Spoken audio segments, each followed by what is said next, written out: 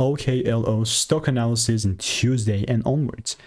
I'm breaking down my exact plays, my exact approach and alerts, because I'm the only guy in this space with 40,000 videos made and actually documented them all on my YouTube channel. It's taken me 5 years, so it's not like that has happened over the last month or year.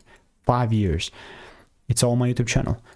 Ultimately, it's not that I'm just only long now. It began when the price was at 20 bucks at the time, and now we're 48. We went a lot of times like up and down, even go like this little buy here as well, which is now so little. But moving in on Tuesday and onwards, this is the only thing that's going to matter to me.